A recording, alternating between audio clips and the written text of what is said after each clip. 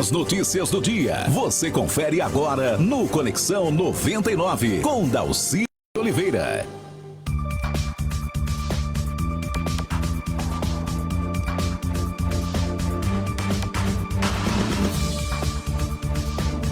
Olá, boa tarde. 6h04 e aqui pela Rádio Vale na 99.1 FM está começando o nosso Conexão 99.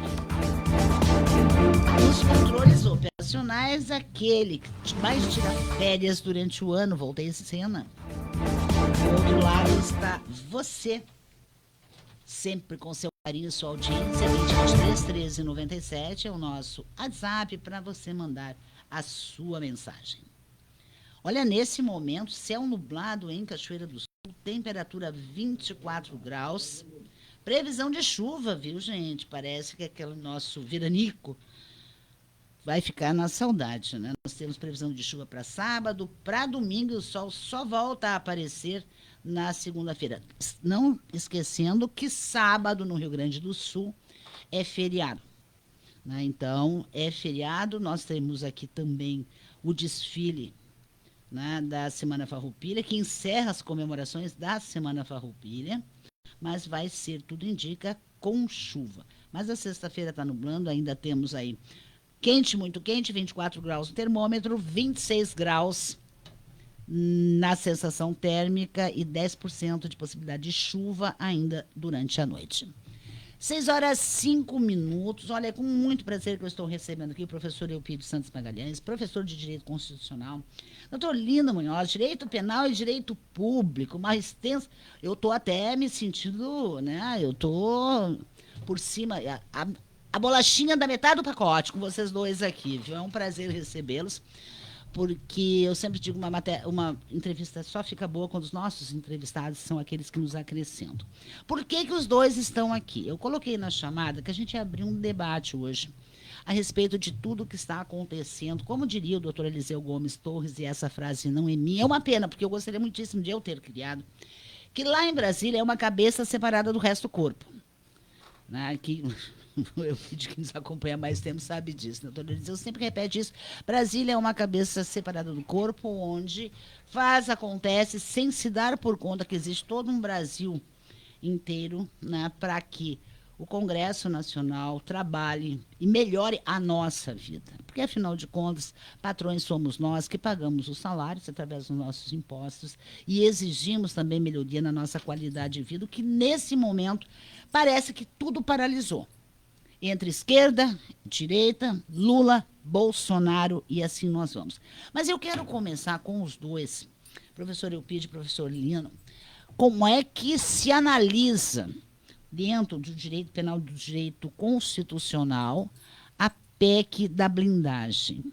Eu estive olhando, quer dizer, não tem mais, eles vão poder fazer, e eles, eu estou dizendo os deputados atualmente, e eu torço para que no Senado pelo menos alguém barre essa aberração, o que quiserem, sem pena, sob pena de nunca serem penalizados, para ser redundante. Boa tarde, sejam muitíssimo bem-vindos ao nosso Conexão 99. Professor Lino, vamos começando pelo senhor, que está nos visitando, pelo menos a mim, me visitando pela primeira vez. Espero que volte outras vezes. Boa tarde, Alcena, professor Eupídio. Muito obrigado pelo convite, é sempre uma honra vir aqui falar com os ouvintes da Rádio Vale. Eu já tive em outras oportunidades aqui, mas no programa da manhã. Da manhã, aquele programa que a gente acorda às 5 horas da manhã, que o Toné continua acordando às 4. Exatamente. Né? Então, é sempre bom vir e poder colaborar um pouco com o teu programa. Eu não chamaria de PEC da blindagem. Primeiro, eu vou fazer um parênteses. Eu falo sobre relações políticas assim como um leigo, porque eu não sou uma pessoa que eu domino o tema. Mas eu diria que essa não é a PEC da blindagem. É a PEC... da vergonha. Não, sim. Eu falei da blindagem, porque ela está sendo chamada. É a PEC da vergonha, é a PEC da... do escárnio, do deboche, da falta de... É a PEC da desigualdade, é a PEC do retrocesso, é a PEC do absurdo, sabe? É a PEC do absurdo. Quando a Constituição ela iguala os semelhantes, a PEC vem para desigualar os semelhantes. Criar um cidadão de primeira e segunda Nós categoria. temos palavras europeus, estamos criando um cidadão de primeira linha e outro de segunda linha. Nós somos da segunda linha. Ou terceiro. Nós, se em uma infelicidade, eu sair no meu carro aqui e tiver a infelicidade de atropelar uma pessoa e essa pessoa vier a morrer, de pronto, eu vou para a delegacia de polícia, eu posso ser preso em flagrante, vai ter uma fiança arbitrada ou não, e eu vou responder um processo. O nobre deputado, na mesma condição que eu, saindo aqui do teu programa após uma entrevista, tem o mesmo infortúnio, atropela uma pessoa e morre para que ele possa ser processado. A maioria absoluta do Congresso Nacional, da Câmara dos Deputados, tem que aprovar. E tem 90 dias ainda para decidir aí, se é processo ou não. Independente do crime que for cometido. Eu falei um homicídio de trânsito, pode ser um homicídio doloso, pode ser um estupro, pode ser um crime de corrupção, pode ser qualquer tipo de crime. Se eu estou como uma pessoa que tem uma correção moral de atos, se eu sou uma pessoa que sou ético, eu não temo, porque eu vou me portar com ética, eu vou me portar com correção moral de atos, aonde eu estiver enquanto cidadão ou exercendo um mandato eletivo. Se eu preciso me blindar nesta circunstância, eu começo a questionar esta questão. Eu estou tratando com cidadãos que têm uma correção moral de atos, eu estou tratando com cidadãos que sejam éticos, isso começa a me questionar. Eu sempre parto do princípio da bondade do ser humano, mas às vezes eu me permito a questionar.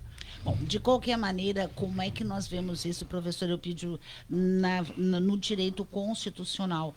Porque, realmente, a gente chama assim, a PEC da blindagem, eu já ouvi de tudo, eu mesmo já publiquei, dizendo que eu me senti ultrajada, eu me senti envergonhada, eu me senti... Por quê?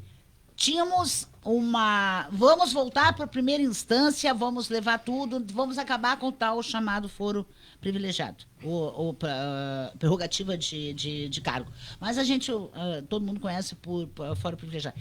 Daqui a pouco, dá um estouro na Faria Lima, se descobre que tem mais gato nessa tuba do que se imaginaria, e a Câmara corre para aprovar essa PEC da vergonha. Gostei da palavra, vamos usar aqui, já que o professor Lino acaba usando essa expressão.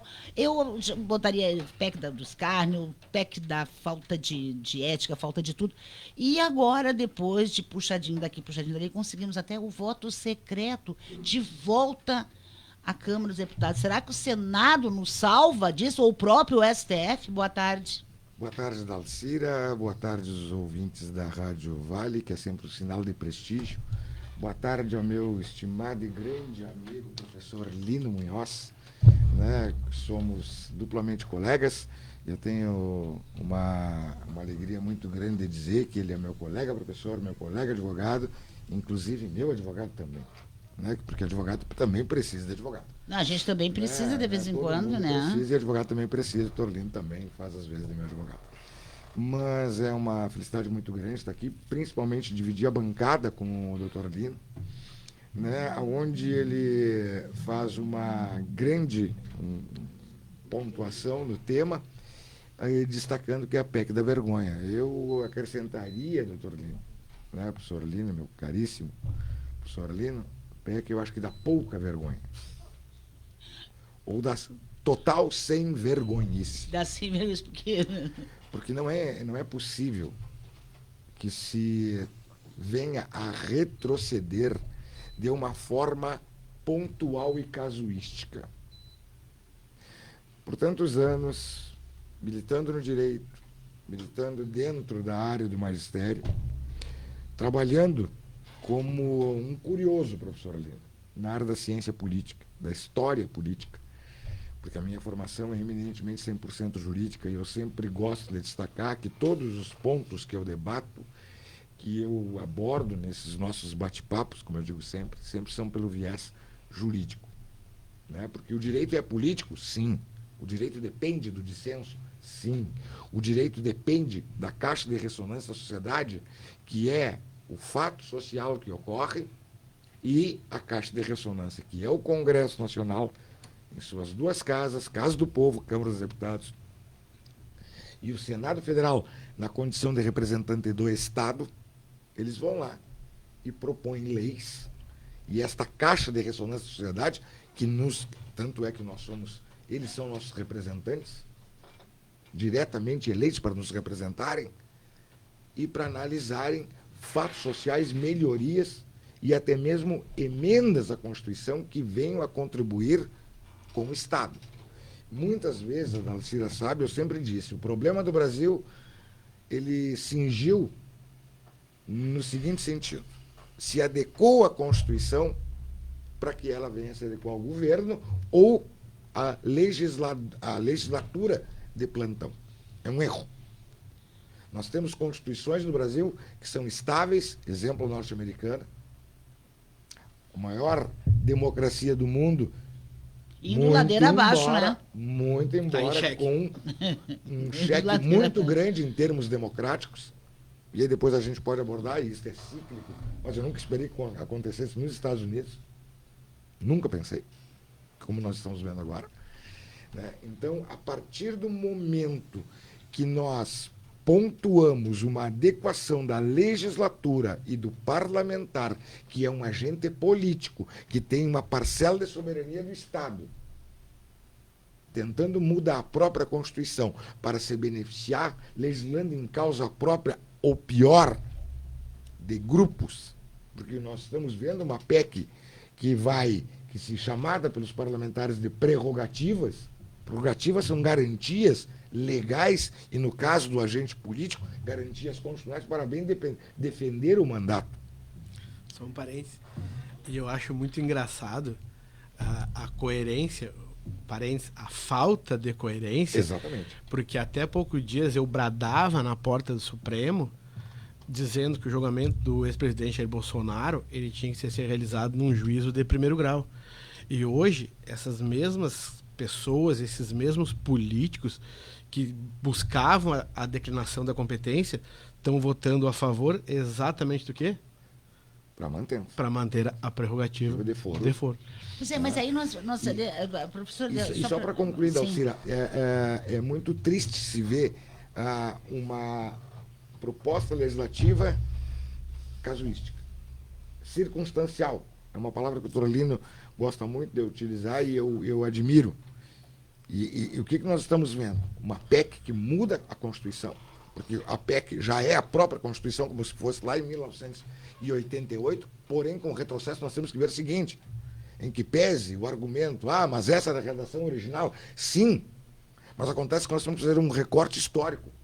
1987, quando começou a Constituinte, através de uma emenda constitucional, se não me falo, número 4, por parte do presidente Sarney, né, que chama a Constituinte, quando a Constituinte é elaborada, nós não podemos esquecer que os canhões ainda estavam fumegando. Mas e tinha que ter a garantia parlamentar. Mas uma vez nós até comentamos sobre isso, professor Eupidio, que a de 88, ela foi para dar direito àquelas pessoas que foram perseguidas na ditadura, aquelas, né, que sofreram... E o próprio parlamento que sofria a intervenção, tivesse essa blindagem para poder exercer os seus mandatos. Não digo blindagem, é uma palavra que blindagem ela é negativa, né? Mas hoje protegia, podemos dizer. Protegia as prerrogativas. Por quê? Porque nós estávamos saindo num regime de exceção de 21 anos.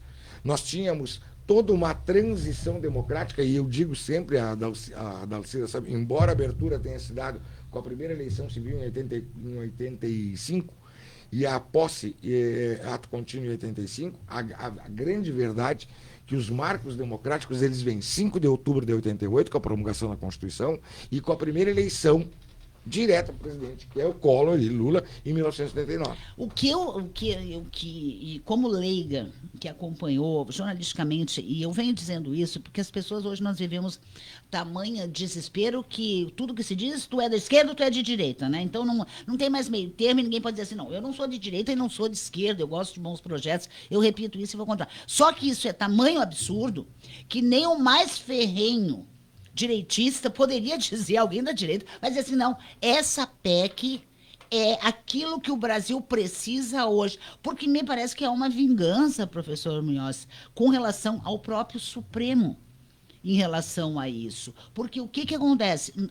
O Congresso não consegue se definir direito nas suas leis, né, nas suas prerrogativas, aí alguém disse, não, mas parei só um pouquinho, eu vou recorrer ao Supremo, que eu acho que é o que vai acontecer com essa PEC da falta de vergonha, não é? E uma das fundamentações que se houve para sustentar o voto secreto é para que aquele que votou desta ou daquela forma em relação àquele parlamentar que cometeu determinado delito não via ser perseguido politicamente e até mesmo pelo próprio Supremo. Exatamente. Mas só que tem um ponto pior nisso tudo.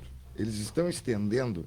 Quando nós estudamos direito administrativo, e nós trabalhamos na parte de direito administrativo, tanto na vida prática quanto na academia, professor Lino, o que nós temos? A parcela de soberania por parte do Estado, o presidente da República com seus atos administrativos. O parlamentar do Congresso Nacional, das suas duas casas, com atos legislativos, produção normativa.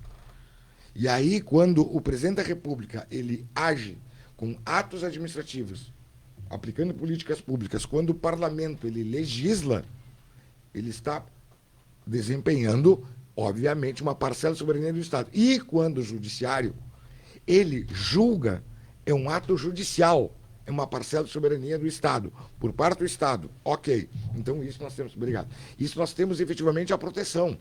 Agora, dentro da PEC, das prerrogativas que o Congresso Nacional fala, em especial a Câmara de Deputados Federais, a Câmara Federal, eles incluíram não só o voto secreto na segunda votação do intertício porque é necessário 3/5 da aprovação da emenda constitucional, já estava incluído no projeto original presidente de partido, aonde presidente de partido político detém parcela de soberania do Estado. Sim, mas aí agora nós temos... Aonde existe isso? Me digam.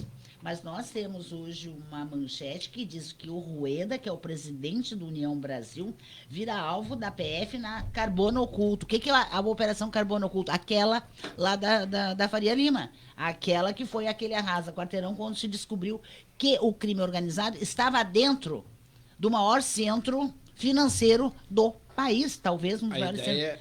O indício é que ele seja proprietário de algumas aeronaves. De algumas aeronaves utilizadas pelo PCC. Aéreos, que eram utilizadas pelo Mohamed. Mais pertinho, professor Mestre. Que eram utilizadas pelo Mohamed e o outro, que eu não vou me lembrar o nome agora. É o Careca, né? Não para fazer os transportes. Então, aí... E eu pergunto agora, o que acontece? O presidente do Senado, Alcolumbre, mandou para a CCJ, né, que era para ir votar direto no plenário. Ele disse que o presidente da CCJ disse que vai mofar lá, porque ele não vai dar andamento São a as essa prerrogativas aberração. do parlamento. A essa aberração.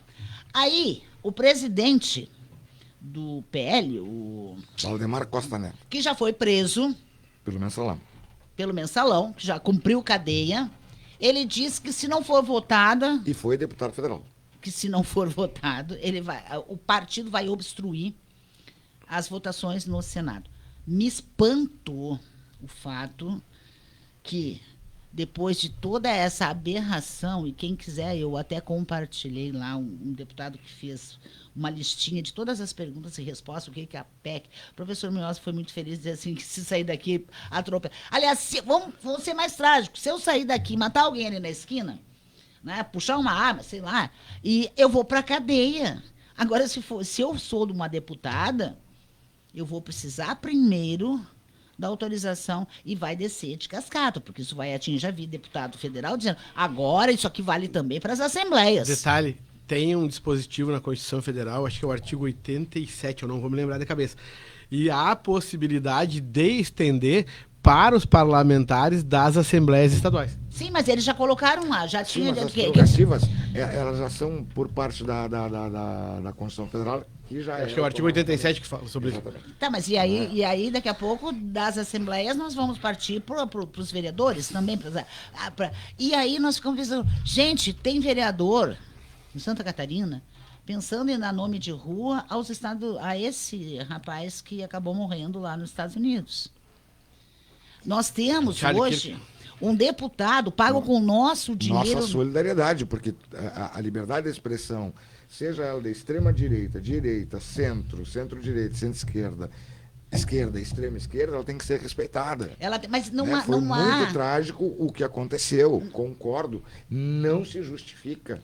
Agora, eu fui, professor Eupídio, dar uma olhada nas frases e nas bandeiras que o ativista defendia. Eu fiquei impressionada. Por quê? Porque vai de racismo aos direitos de mulher, a retirar direitos das mulheres, se passando por pessoas de uma classe especial e as outras de segunda classe, e por aí nós vamos. Então, eu sou contra a violência, eu acho que essa história de sair dando tiro.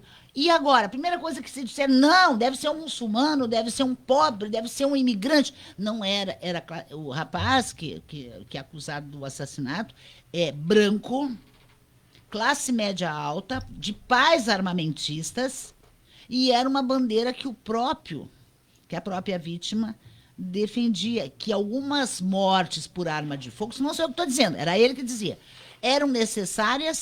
poderiam ser necessárias para garantir a todos o direito de ter uma arma. Infelizmente... Bom, Dalciraína, a gente vai acabar caindo no que muitas vezes eu te falei do problema da virada de século e do contexto cíclico da história. Vamos lá. Dentro do Brasil, a esculhambação toda começa, e o Brasil começa a virar de pata para cima, como dizia o velho meu pai, lá na fronteira, certo? A partir de 2013, com as manifestações difusas que ninguém sabia o que estava pedindo mais. Foi em 2013.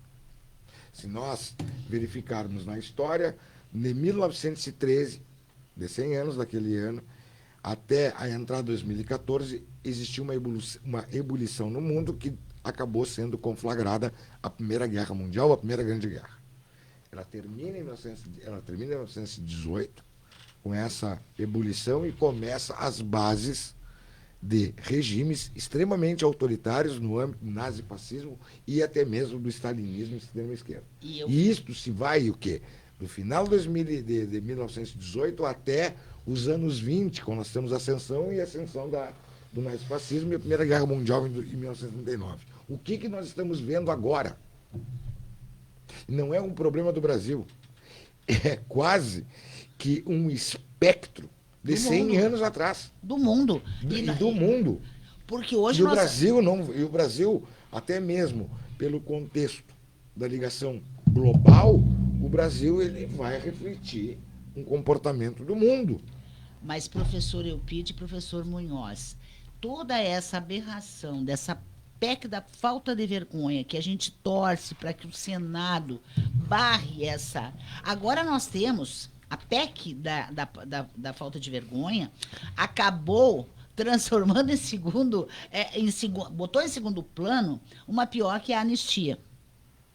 Né? Então, tudo que o Brasil sofreu e vem sofrendo, retaliações, o Supremo, que mantém a sua soberania, apesar de todos os ataques externos, inclusive de brasileiros que estão fora, demandando contra o próprio país. Mas a soberania é do Estado. Sim. O Supremo Tribunal Federal, é interessante dizer isso para as pessoas. É interessante que as pessoas tenham consciência disso. Vamos lá. Em primeiro lugar, quando muito se fala em separação dos poderes, que seria uma teoria iluminista do Estado francês, lá a partir da Revolução Francesa, 1789, e que também, obviamente, já tínhamos lá a República Norte-Americana, que é de 1776, certo? Só que isto não quer dizer que o Estado é separado, não existe poder separado do Estado. O Estado é uno, ele é tripartido nas suas funções. Então, seja o Executivo, seja o Legislativo Federal, que é o Congresso Nacional com as duas casas, seja o Poder Judiciário, eles exercem a parcela de soberania do Estado brasileiro de uma forma una. Não é soberania do Supremo, sim, soberania do Legislativo, soberania do Executivo. Não. Para dentro e para fora, o Estado está sendo soberano pelo ponto de vista o quê? Jurídico, político, constitucional. Sim, mas é aí que ela está querendo dizer a independência desses poderes. Independência, agora, o Trump diz pro Lula, você tem que parar o processo contra o meu amigo Bolsonaro. Isso, exatamente. Como é que o Lula vai chegar lá e vai dizer pro STF, para tudo, arquiva tudo? Aí nós temos também aquela outra questão, que eu fico até triste de ver brasileiros batendo palminha para esse tipo de coisa. Aí vai o Trump dizer lá para o STF, vocês têm que parar, arquivar os processos que estão aí. Bom, você está fazendo um recorte aqui. Eu vou pedir... o intervalo. Eu vou pedir o intervalo e depois não esqueça do recorte, professor Eupídio. A gente já volta.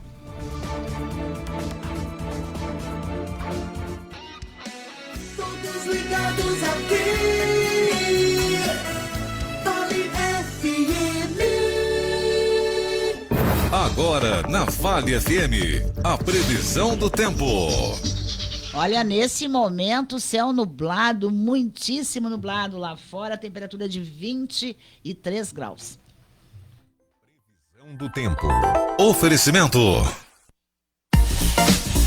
Atenção Cachoeira do Sul e região, chegou o toque especial para sua casa, Milu Arte Decor. Você encontra objetos de decoração, estilo e bom gosto que deixam qualquer ambiente incrível. Venha nos visitar na Saldanha Marinho, 979 Centro, Cachoeira do Sul. Fone Whats 51 99268 2712. Milu Arte Decor, amor em cada detalhe, porque sua casa merece esse carinho. Chegou a hora de realçar ainda mais a sua beleza. No Espaço Embelezarte, você encontra cuidado, qualidade e dedicação em cada detalhe. Venha transformar o seu visual e elevar sua autoestima com quem entende do assunto. Estamos esperando por você na Rua Major Ouriques, número 1577, Centro de Cachoeira do Sul. Espaço Embelezarte, porque cada mulher merece brilhar todos os dias. Agende já o seu horário e descubra o poder de se sentir ainda mais linda. Fone WhatsApp 51 995 24 5508 ou 51 996 93 55 94. Faça suas compras no Bar e Armazém São Marcos. Tudo isso num só lugar. Bebidas, gêneros alimentícios, produtos de limpeza, bom atendimento e a companhia do amigo Ricardo. Bar e Armazém São Marcos. Rua Dionísio Marques 406, bairro São José. Fones 51 36 30 47 86 e 9 97 24 89 36. Fique bem informado com as primeiras notícias do dia. Opinião inteligente, prestação de serviço e bate-papos descontraídos com convidados abordando diferentes assuntos de interesse da comunidade. Vale Informação, 2 horas para saber mais. De segunda a sexta, das 7 às 9 da manhã, aqui na Vale FM 99.1. Comando dos jornalistas Ronaldo Toné e Tomás Sá Pereira. Você está ouvindo a Vale FM 99.1. Você está ouvindo Conexão 99 com Dalcira de Oliveira.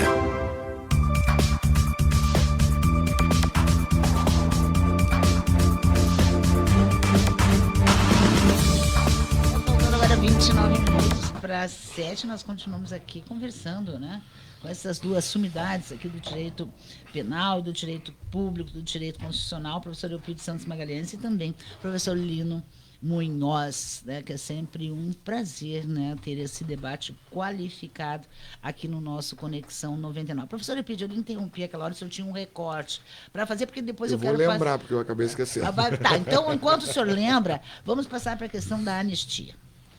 O Brasil sofreu, continua sofrendo retaliações aí do Estado americano, né, dos Estados Unidos, com relação...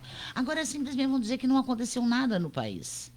Né? Como é que fica isso, professor Munhoz? O senhor me dizia uma teoria que o senhor tem de leigo até ali, né? Vamos lá. Não, o que eu estava comentando assim, fora do ar é o seguinte, eu não domino questões políticas, certo? Eu entendo um pouco da questão de direito, eu sou da área jurídica. Que é o que a gente está falando aqui. E eu sou mais curioso. Eu sou da área jurídica. Então, assim, e as coisas que eu vou falar agora são coisas assim, ó, em cima de situações que estão postas. Ponto.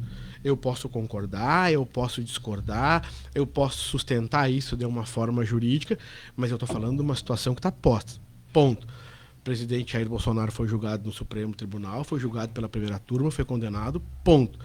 Eu posso pensar de modo diferente em algumas questões? Sim, posso, certo? Mas isso é uma questão que está posta.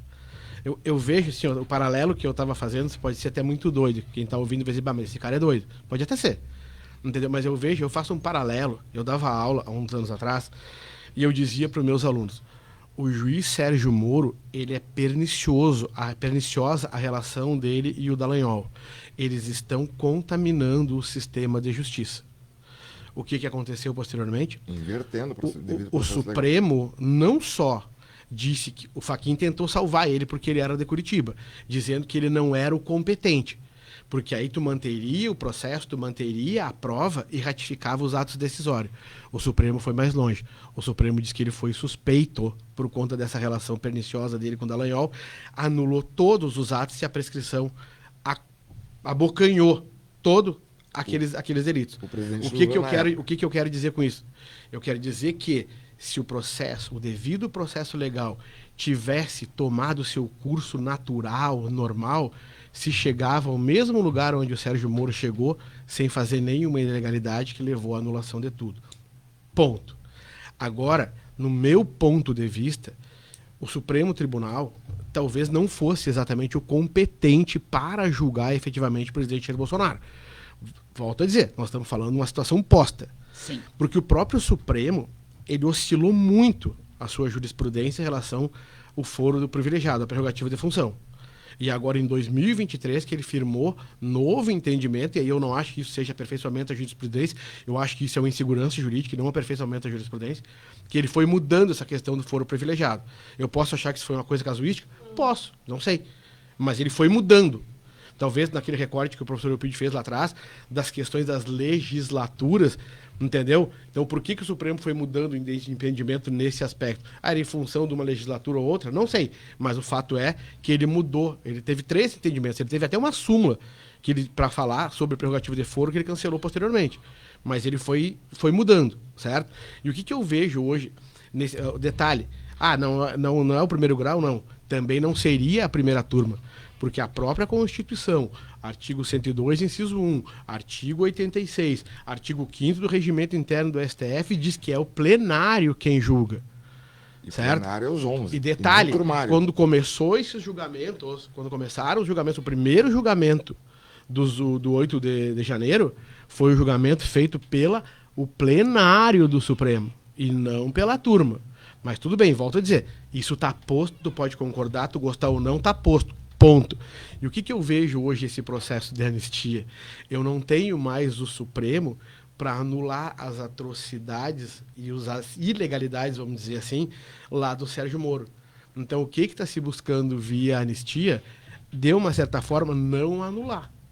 Seria uma anulação de via transversa. Eu vou perdoar, mas o que eu quero, na verdade, é anular a arbitrariedade ou as ilegalidades que foram eventualmente cometidas no julgamento do presidente Jair Bolsonaro. Volto a dizer, se chegaria julgando em primeiro grau, se chegaria julgando no plenário do Supremo Tribunal Federal, no mesmo fim que chegou a primeira turma.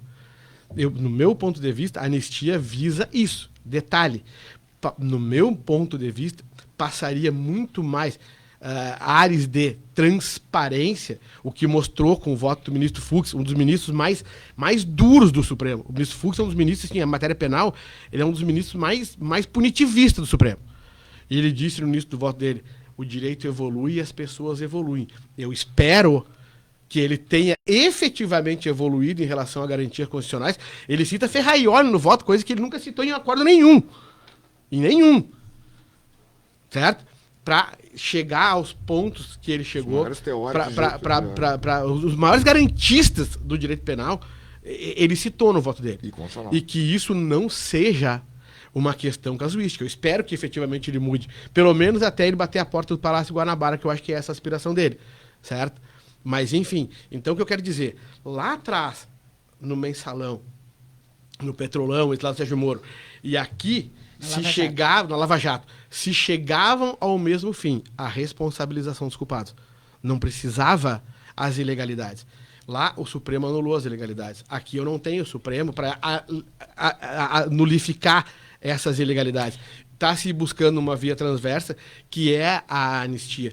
E se chegaria à mesma responsabilização destes culpados se o ministro Alexandre não fosse o relator. Porque ele é vítima. O ministro Alexandre é vítima. Então, como vítima, ele não pode ser juiz. Ele, no máximo, pode ser testemunha. Pois é, porque se não tivesse aquela sessão extraordinária lá no Supremo, o Alexandre de Moraes poderia estar hoje com um tiro na cabeça. Sabe, então, o que eu disse? O ministro Alexandre, ele é vítima. E como vítima, ele não podia. Então, para mim, isso retira a imparcialidade dele. Ele não poderia ser o relator. Isso, na pior das hipóteses, ser julgado pelo pleno do Supremo Tribunal Federal, que ia ter maioria para condenar. Que também ele certo? sendo suspeito de sabe? Então, assim, mostra, pro outro lado, com o voto do ministro Fux, que eu não tenho uma ditadura, eu tenho alguém que diverge. Então mostra que há um processo ainda de julgamento democrático, porque se permite um dos ministros, certo, votar de maneira diversa. Volto a dizer, era um dos ministros que mais, assim, mais duro da corte. E deu um voto do ministro assim, extremamente garantista, coisa que isso não fazia parte do contexto da vida dele. Olha só, nós temos que lembrar o seguinte, eu concordo contigo, e aí tu tá, digamos assim, por uma via oblíqua, eu não consegui captar se tu é a favor ou não da anistia. Não, eu sou contra a anistia. Sou contra a anistia. Eu sou contra, certo. Tu tá entendendo? Só que assim, o que eu tô Mas dizendo... Ele tá analisando eu fiz um paralelo. Do que ocorreu eu fiz um paralelo, entendeu? E o caso do presidente Bolsonaro. Exatamente. Assim, o Bolsonaro hoje, o presidente Bolsonaro, volta a dizer, nós estamos tratando de uma situação que está posta, tu goste ou não, tu acha que está certo ou está errado, ela está posta, ponto. Exatamente. Entendeu? No caso do julgamento do presidente Bolsonaro, vai ter uns embargos de declaração que não vai mudar nada. Os embargos infringentes não vai dar certo, porque o Supremo já disse que tem que ter divergência de no mínimo 2 ministros para acolher os divergentes. Não vai diga que há divergência. Entendeu? Então assim, pode ser 2, pode ser 1. Então assim, não vai mudar nada. É que nem eu disse uma vez para um amigo meu, o Lula se elegeu, não vai acontecer nada. O Lula vai assumir, o Lula vai iniciar o mandato dele e as coisas vão continuar. Fizeram uma reprodução do que aconteceu no Capitólio e as coisas continuaram. O Bolsonaro foi julgado, ele foi condenado. Eu não acredito que essa anistia vai passar, ele vai cumprir pena, o país vai continuar. Tivemos esse tarifaço do Trump, o país teve um superávit na balança comercial, mesmo nessas circunstâncias, e a vida vai seguir. Nós vamos seguir, nós vamos sobreviver, na verdade. E nós vamos sobreviver. O que eu quis fazer, o paralelo, tipo assim, eu, certo? Pessoas que apoiam o presidente Bolsonaro, estou dando um exemplo, certo? O que estão dizendo? Olha, a anistia, eu vou travestir a anistia de recurso no Supremo Tribunal Federal. Porque lá na Lava Jato, para anular os atos do Moro, eu tinha o Supremo Tribunal Federal. Hoje eu não tenho. Então eu vou fazer o quê? Eu vou buscar, através da anistia, entendeu? Não anular, porque eu não vou anular aqueles atos, mas eu vou anistiar as pessoas. É isso que eu estou dizendo. Que não vai passar pelo eu acredito que não passe. Entendeu? Eu acredito que não passe. Não só o próprio... Eu não posso dizer assim, eu não posso dizer... Não só o próprio parlamento, que pode não passar em termos do Senado, mas também o próprio judiciário chamado de controle. Mas aí é isso que eu quero perguntar. Chamaram o Paulinho da Força, porque o Paulinho ele vai fazer uma meia boca na história desse projeto da anistia. Vão tirar o Bolsonaro, aí o deputado lá do PL que fez o projeto, quer que o Bolsonaro fique preso domiciliarmente por 2 anos só, aí não sei o quê. Agora, e que o Paulinho está dizendo que vai negociar, vai conversar com todo mundo para chegar a um consenso, mas quer votar tudo a semana que vem.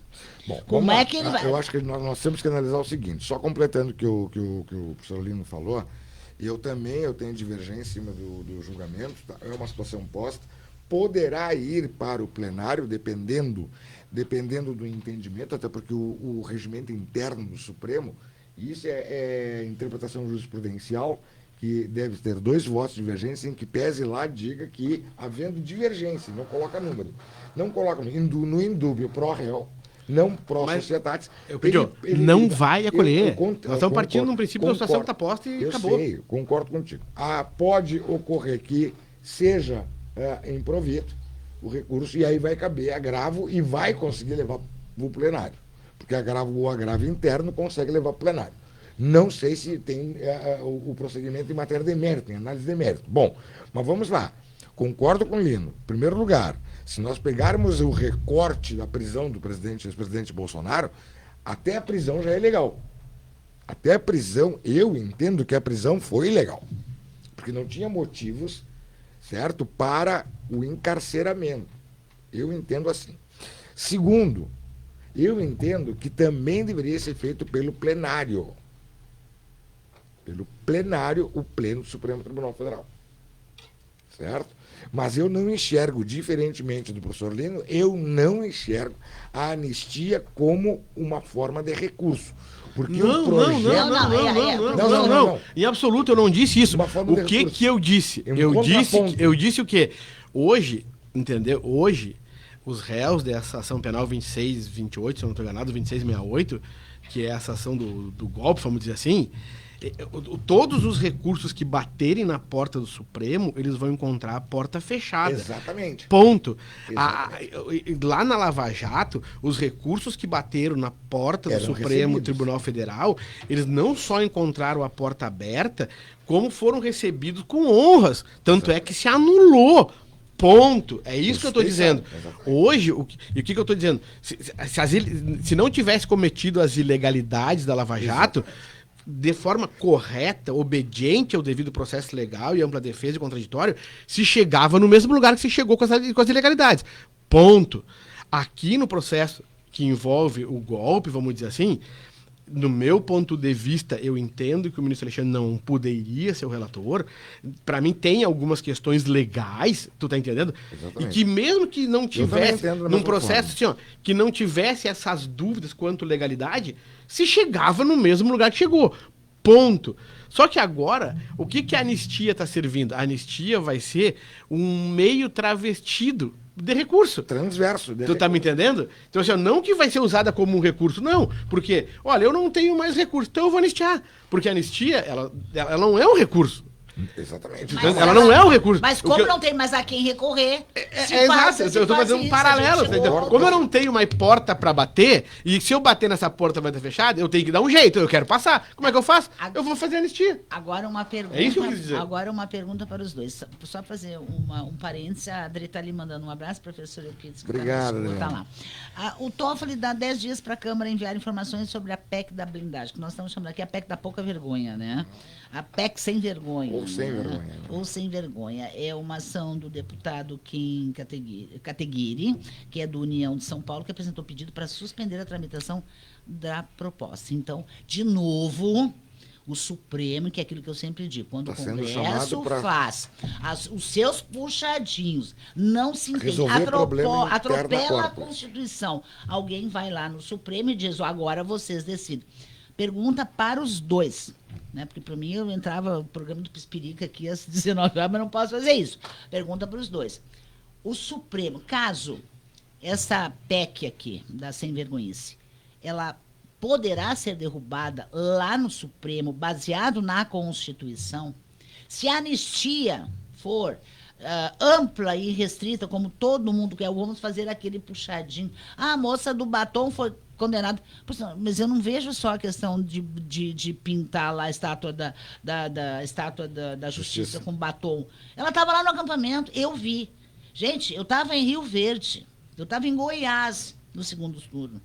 E para chegar, para entrar e sair da TV, eu tinha que passar na BR, num acampamento de bolsonaristas que estavam lá. Então, eu sei o que aconteceu lá.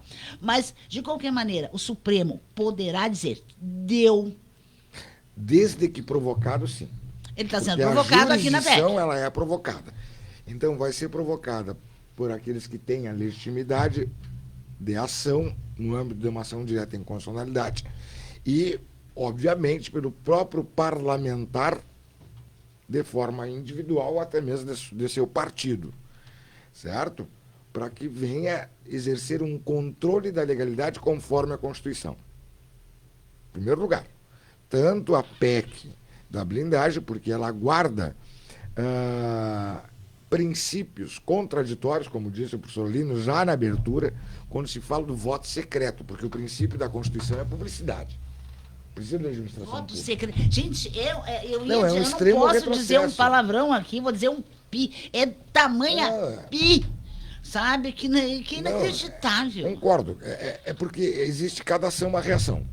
E a parte da anistia, que por parte da Câmara quer, efetivamente, implementar uma abolitio criminis, ou seja, uma abolição de todos os crimes que ocorreram, certo? E que no Senado existe outra proposta, e a proposta do Senado ela vem no sentido de quê?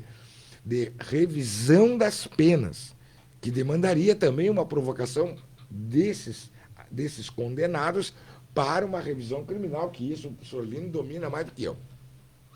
Certo? Então, tudo vai ocorrer o quê? Que vai depender de quem vai questionar o judiciário. A partir do questionamento, é bom que se fique claro o princípio da impessoalidade. Não que eu esteja defendendo este ou aquele ministro, mas o que acontece? Está muito polarizado, está muito o quê? Direcionado para a pessoa e não para a instituição.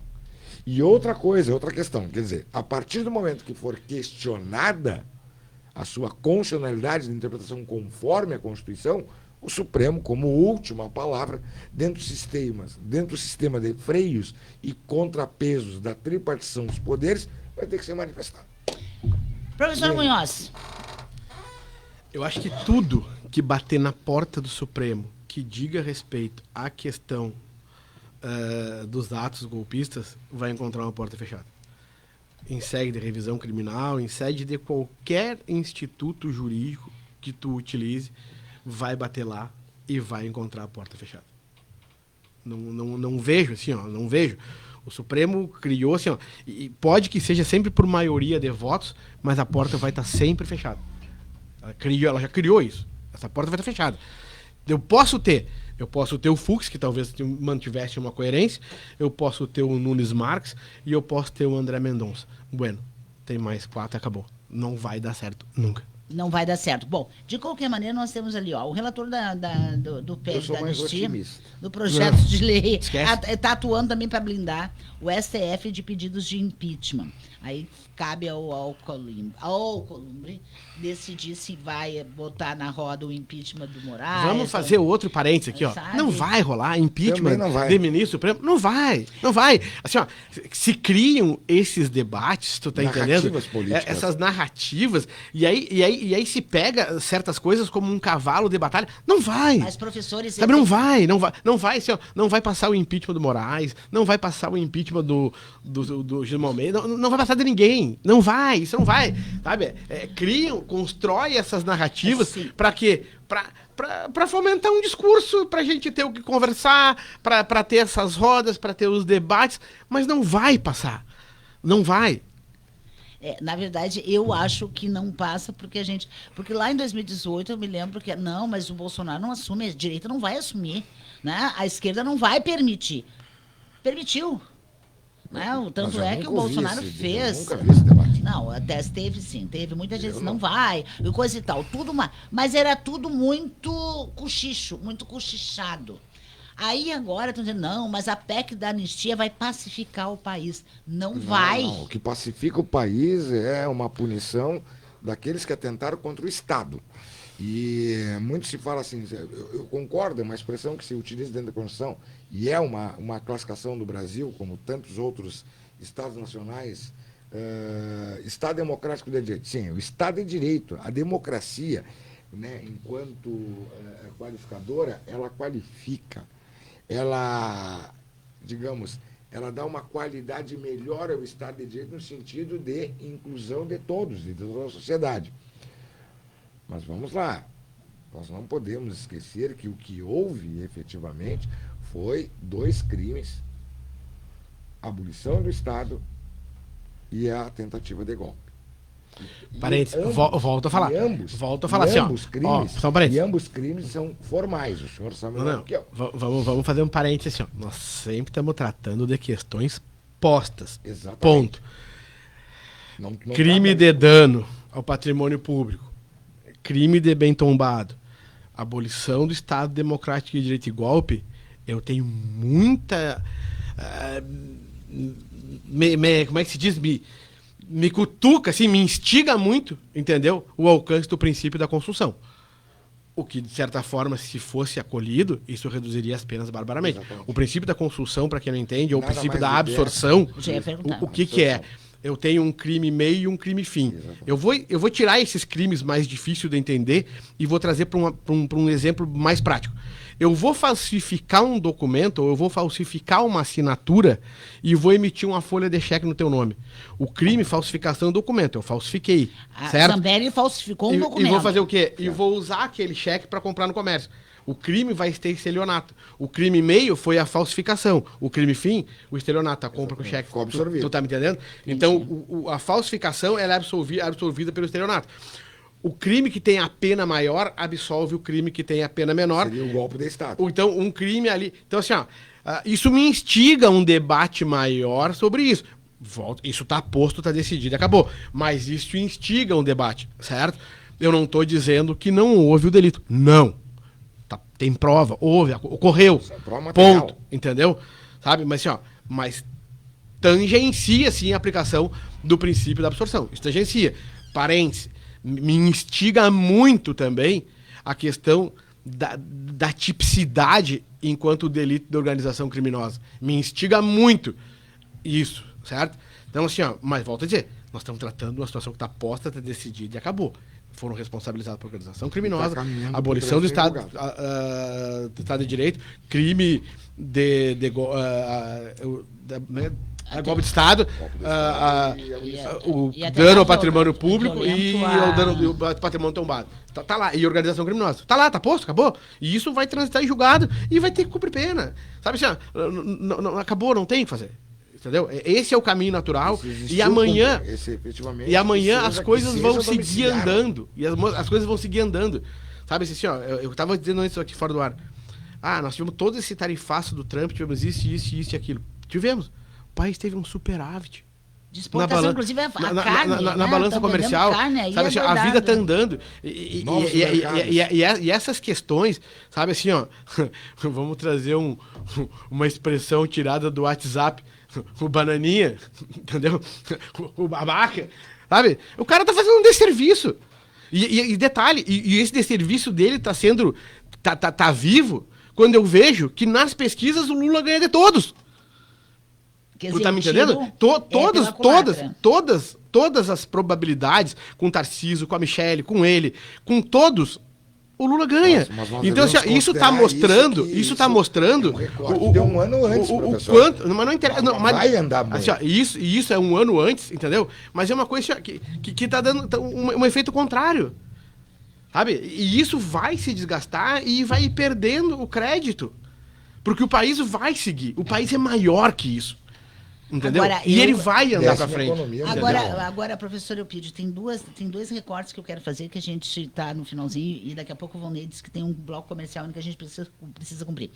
Eu fiquei aterrada quando eu vi aquele povo dentro do plenário da Câmara rezando um Pai Nosso, abraçado, para celebrar a PEC da falta de vergonha. Eu não sei que Deus eles falam, eu não sei que Bíblia eles usam, mas não pode ser a minha. Não pode ser a minha. Tanto é que eu, há poucos dias, até comentava aqui que não se fala em Jesus Cristo. Se Jesus fosse, seria chamado de comunista, seria até preso, né, e condenado de novo. Mas se fala em Deus, que é o patriarca, que é o punitivo, que é quem pune. Né? Quer dizer, não se fala em Cristo. Mas, de qualquer maneira, o país vai continuar.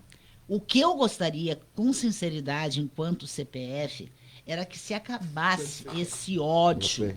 Esse ódio. O Brasil precisa caminhar para o centro. Essa coisa de que, a pacificação sabe, as pessoas. Vem com um contexto mas não coletivo. tem, mas professores, a gente perdeu a humanidade. Isso é geral. A gente perdeu a humanidade. E a falta de respeito, então, já nem se fala. E só uma questão. 30 segundos. 30 segundos. Quando questionado a cumprimento de pena do ex-presidente Jair Bolsonaro, eu acredito que isso vai ocorrer, como disse o professor Lino, tem que ser domiciliar, ele é um chefe de Estado.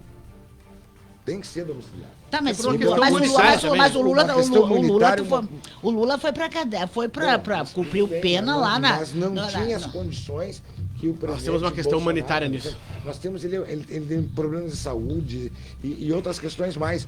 E o ex-presidente Lula também. Ele não pediu a prisão domiciliar. E ele preferiu cumprir dentro da carceragem. Bom, De qualquer maneira, né, muita gente lembra da época da Covid, né, tudo o que aconteceu e tudo que foi dito por parte do governo da época. Professor Elpidio, sempre um prazer, volte outras vezes. Professor Lino Munhoz, que prazer recebê-lo, volte outras vezes, gostei. Vamos fazer essa parceria mais vezes aqui no Conexão 99. Para você que está em casa, obrigada pelo carinho, pela audiência. A gente se encontra amanhã, a partir das 6 da tarde. Um abração.